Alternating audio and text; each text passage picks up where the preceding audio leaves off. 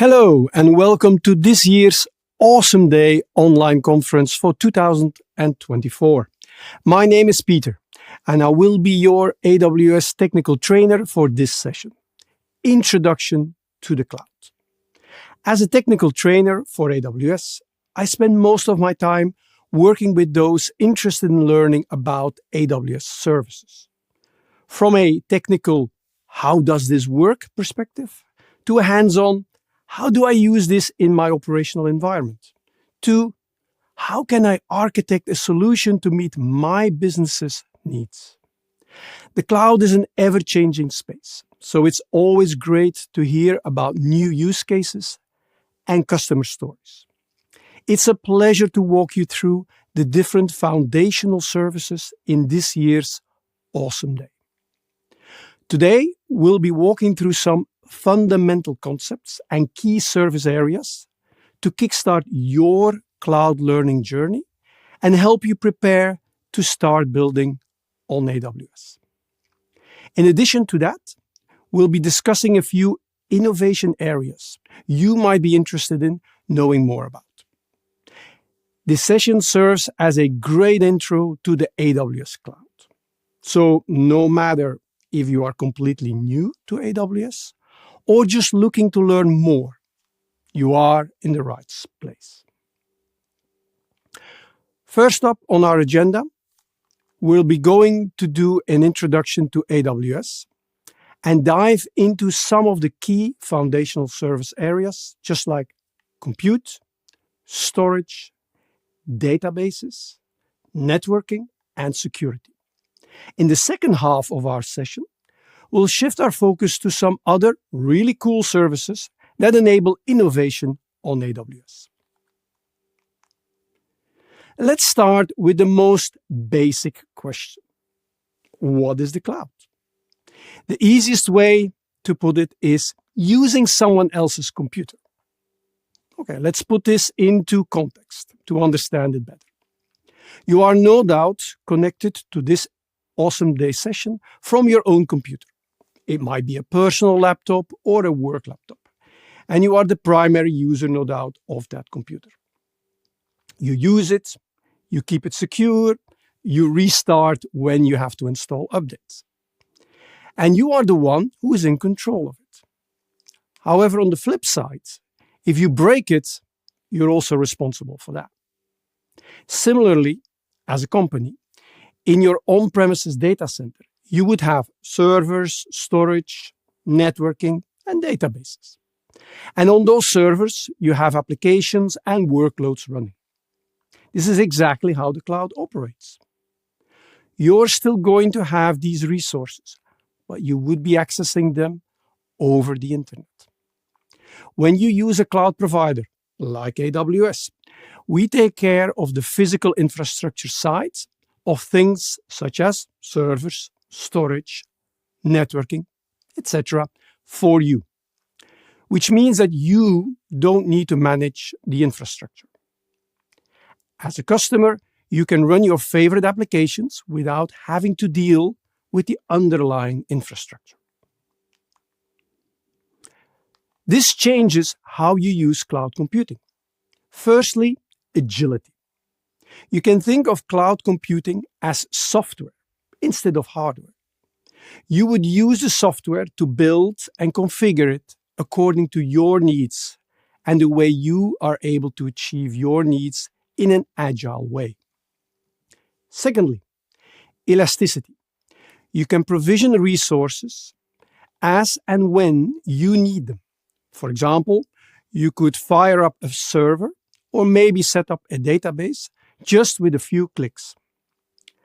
When you are done using them and no longer require them, you can simply tear down the infrastructure, which leads to pay-as-you-go. Another advantage of using the cloud is the pay-as-you-go pricing model, where you only pay for what you use. I like to compare this to using electricity at home. When you turn on the switch, you pay for it. When you turn it off, you stop paying for it. That is very similar to how the cloud works. This could be particularly useful when you're using IT resources for testing purposes, for example. And then finally, deploy globally. You can deploy your application globally in a matter of minutes. So what other advantages does the cloud offer? Here, we will discuss advantages of using cloud and compare this to your on-premise environment. So, firstly, trade upfront expense for variable expense. In an on-premises environment, you would need to purchase servers upfront, even before you can start using them. This requires you to have a big budget to purchase the physical infrastructure. Alternatively, when you're using the cloud, you don't need to invest upfront. Instead, you can use the resources and pay for only what was consumed. This takes away the large upfront financial burden. Second, benefit from massive economies of scale. Because AWS has thousands of customers using the cloud and is able to achieve high economies of scale, this translates into lower cost. And AWS is able to pass this on as a lower pricing for you. These costs will be much lower than what you could achieve on your own. Now, third advantage, stop guessing capacity. In an on-premises environment, you would need to make a decision upfront on how much resources you would need for the upcoming months. This involves a lot of guesswork, which may turn out to be inaccurate. You might over-provision, which leads to expensive resources that won't be used. Or you might under-provision, which means your applications might struggle with the low capacity that has been allocated. When using the cloud, you don't need to make these decisions upfront. You don't need to think about the long run, such as how much resources do I need in 3 or 6 months' time. You are able to provision the resources as and when you require by simply adding or removing them. Fourth advantage, increase speed and agility. Let's say your developer wants to develop a new application and take it to the market. In an on-premises environment, it could take weeks before you can provide the server to your developer to start working on the application. Because there are a lot of things that need to happen, such as purchasing the server, wait for it to arrive, setting it up, installing, patching the operating system, and then finally handing it over to your developer. In the cloud computing world, this can take place within a few clicks. Provisioning a server is just a matter of minutes. This makes it quicker to take your application to the market. And if the application didn't work out as expected, it is easy to fall back and just simply stop using the resource. Fifth advantage, stop spending money on running and maintaining data centers. Maintaining data centers includes a lot of administrative and maintenance tasks, like ensuring appropriate coding, racking, stacking, and powering the servers. We at AWS refer to this as the undifferentiated heavy lifting. What does that mean? Well, these are things that are common to any business and need to be done. However, they do not differentiate you from your competitors. Your product is what makes you stand out from your competitors. So instead of spending time and money on running these data centers, let AWS manage the physical infrastructure so that you can focus on more important things like your product and your customers. Last advantage, go global in minutes. Let's say you have customers on the other side of the world. Instead of creating a whole new data center in other parts of the world for your customers, the cloud allows you to deploy resources in multiple locations around the world. You can set this up in minutes. This means that you can provide a lower latency and a better experience for your customers. even though we call it the AWS cloud, the services and the resources that we're going to be using are running in a data center on actual physical servers. And those data centers are positioned worldwide. Now, the basic building block of our global infrastructure is based on what we call a region. The region itself is not an actual physical thing. It is a collection of availability zones, or AZs. A typical region will have 3 availability zones within the region. We'll call them availability zone 1 or AZ1, AZ2, and AZ3. Well, this availability zone, it is, for all intents and purposes, a data center. It might consist of multiple physical buildings, but they will operate as one logical data center. They are interconnected between them with our own AWS network, which consists of optical fiber, high bandwidth, low latency network. Each availability zone has redundant power, networking connection, so they are redundant on their own. However, by putting them together, connected with our network, we can attain what we call high availability.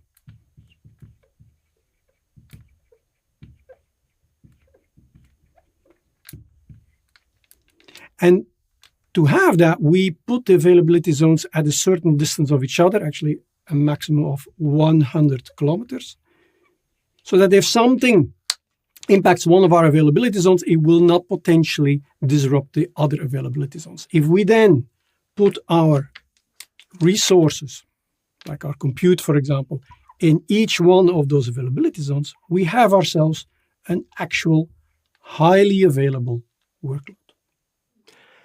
Now that we understand what a region is, how do we choose the right region? Generally, it comes down to 3 or 4 priorities. First priority is the data residency or compliance. If you have a regulatory or legal requirement that dictates where your data is kept, maybe it has to stay within the country it originated from, then you must choose the appropriate region. However, if this is not the case, then you have some flexibility to choose.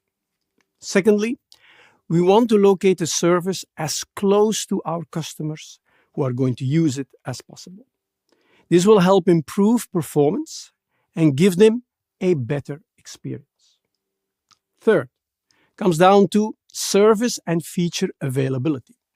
Not all services are available globally, so sometimes you must choose a region that actually contains the service that you want to use. And then lastly, cost. Different regions have different prices. Sometimes choosing a different region can help you reduce costs on your workload. Another important infrastructure element is the edge infrastructure. The various dots on the map display the edge locations that are spread around the world. These edge locations are used to serve cached content. Therefore, users are redirected to the edge location closest to them instead of going over multiple hops on the internet and retrieving data from the origin. This helps improve performance for your customers, increases security, and reduces cost. This is what we call a Content Delivery Network, or CDN. The service that provides a CDN at the edge location is called Amazon CloudFront. We also have additional services that operate at the edge, including AWS Outposts, Local Zones, and AWS Wavelength. Let's start with AWS Outposts. Outpost is a fully managed service that extends AWS infrastructure, AWS services, APIs, or application programming interfaces, and tools to virtually any data center, co-location space, or on-premises facility, providing a consistent hybrid experience.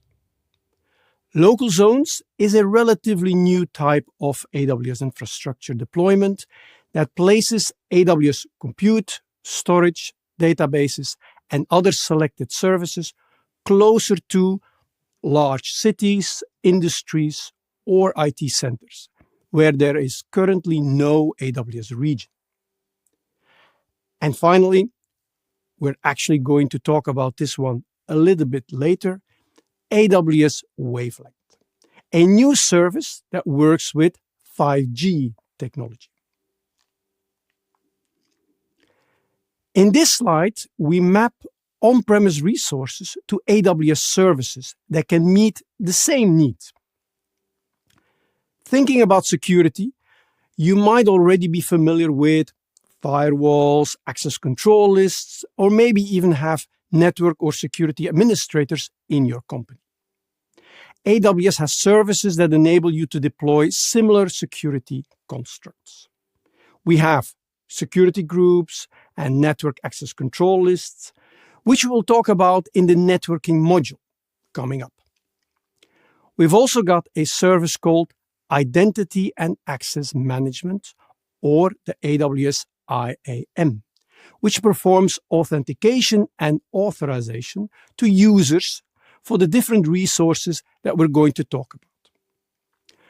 From a networking perspective, you might be familiar with physical devices such as routers or switches, or basic network concepts such as IP addressing, traffic distribution, and flow. We have services such as the Elastic Load Balancer, which helps distribute traffic to multiple different targets or instances, or the Virtual Private Cloud, or VPC, which is your private network in the cloud, allowing you to control how your resources are connected to each other. From a servicer's perspective, you might be familiar with managing, deploying, or patching servers on premises, or maybe in a co-location. A key AWS service to meet this need is Elastic Compute Cloud, or EC2. We'll learn more about this in the next module, but essentially it allows you to deploy a virtual server that you can run your workloads or applications on.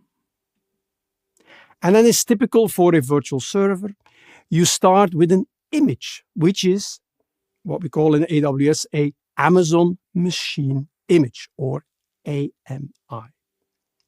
From a storage perspective, whether that's a network-attached storage or a persistent disk, maybe it's scratch space or caches, file systems to be shared between different hosts, or even a simple object storage for a wide variety of applications.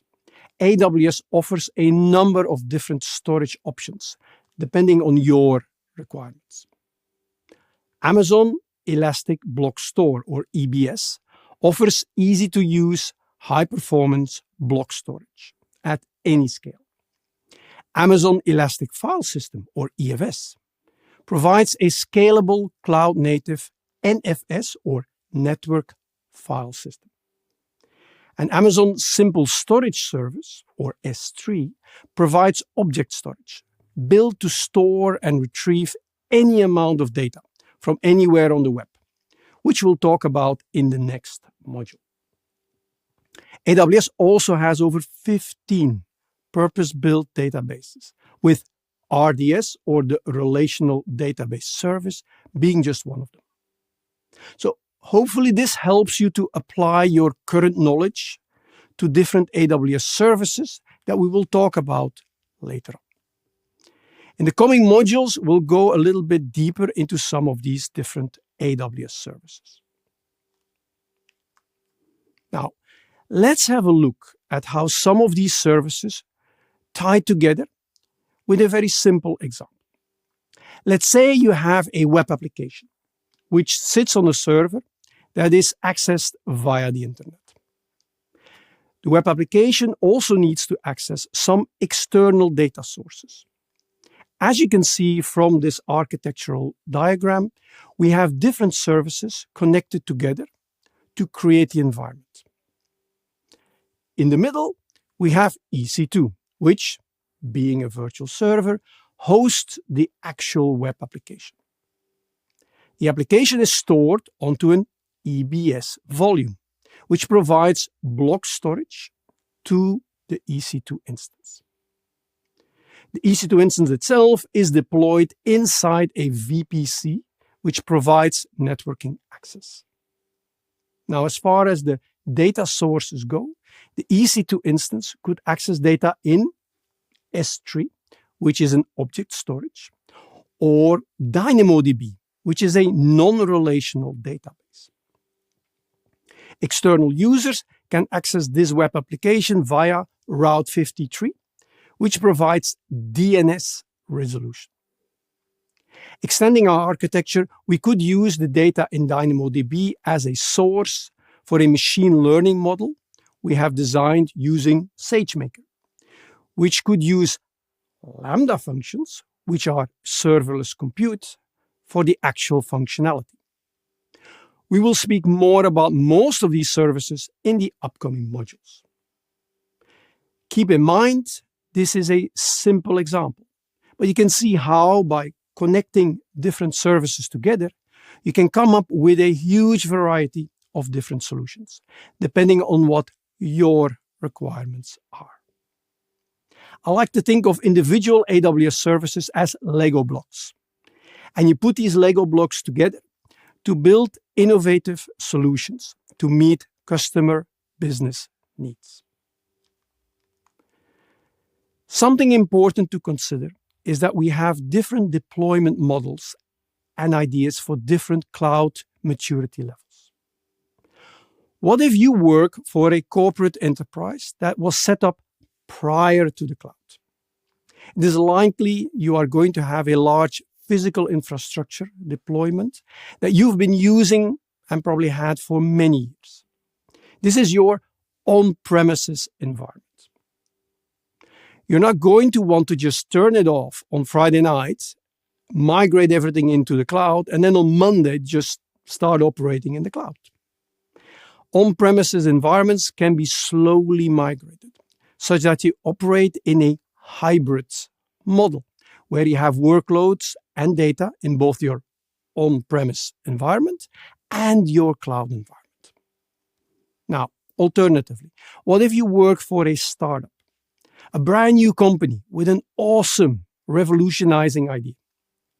Chances are you're not going to have the financial capital, nor the time, or even the desire to invest in an on-premises environment. So you might be thinking of a cloud-native design. Cloud-native refers to applications that have been designed and deployed only in the cloud. And then finally, think about the end of that migration story we talked about earlier, where you have migrated all of the workloads from your on-premise environment to the cloud. This is also referred to as all-in cloud. Now, in the end, it doesn't matter where you are in your journey. Once you start moving data into AWS Cloud, you can start making use of the services and the advantages that AWS Cloud provides. Now, let's summarize what we've learned so far. We have defined cloud computing as an on-demand delivery of compute, power, storage, applications, databases, analytics, intelligence, and other IT resources over the internet with a pay-as-you-go pricing model to provide faster innovation, economies of scale, and flexible resources. A key benefit of cloud computing is elasticity, the ability to automatically monitor and adjust compute resources to meet a fluctuating workload demand and continue to maintain the performance for applications hosted on the cloud.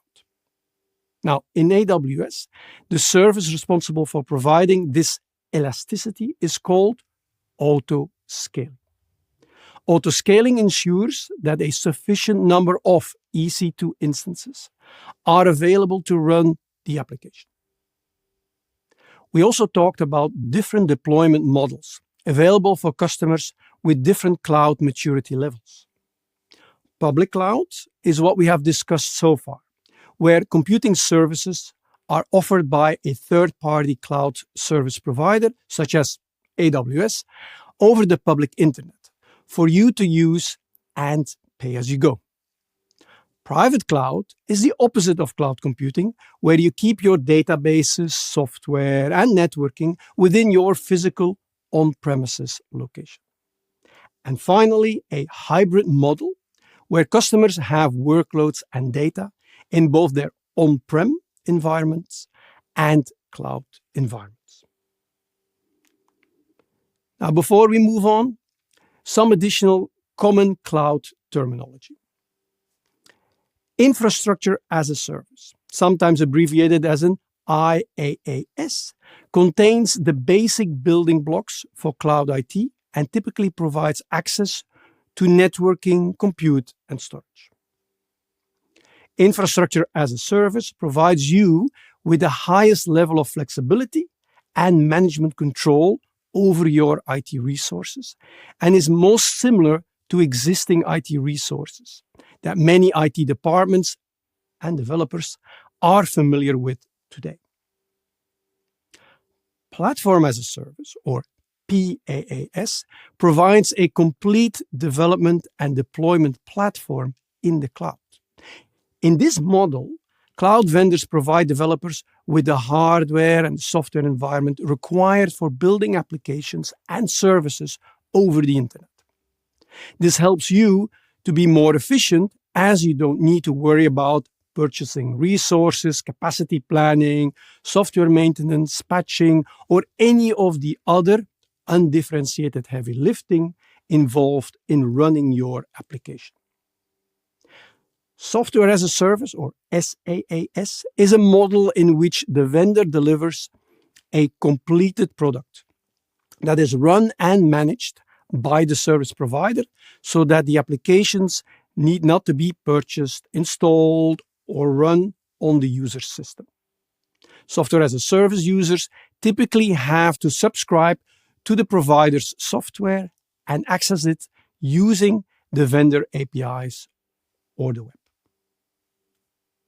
Serverless computing is a fully managed platform that provides compute, storage, and network resources without the need for you to provision or manage underlying infrastructure. We'll talk more about serverless technologies in the upcoming modules. Big data, a tech term that has gained much momentum over, let's say, the last decade, which describes large volumes of data in a structured, semi-structured, and unstructured form that can be used for gaining valuable business insights using machine learning and advanced data analytics techniques. And of course, generative AI, or Gen AI. Generative AI is a very hot topic these days. It is a type of artificial intelligence that can create new content and ideas, including conversations, storage, images, etc. Generative AI is powered by machine learning models that are pre-trained on vast amounts of data. I hope you've enjoyed this session and found it interesting. We would love to hear what you thought about this session.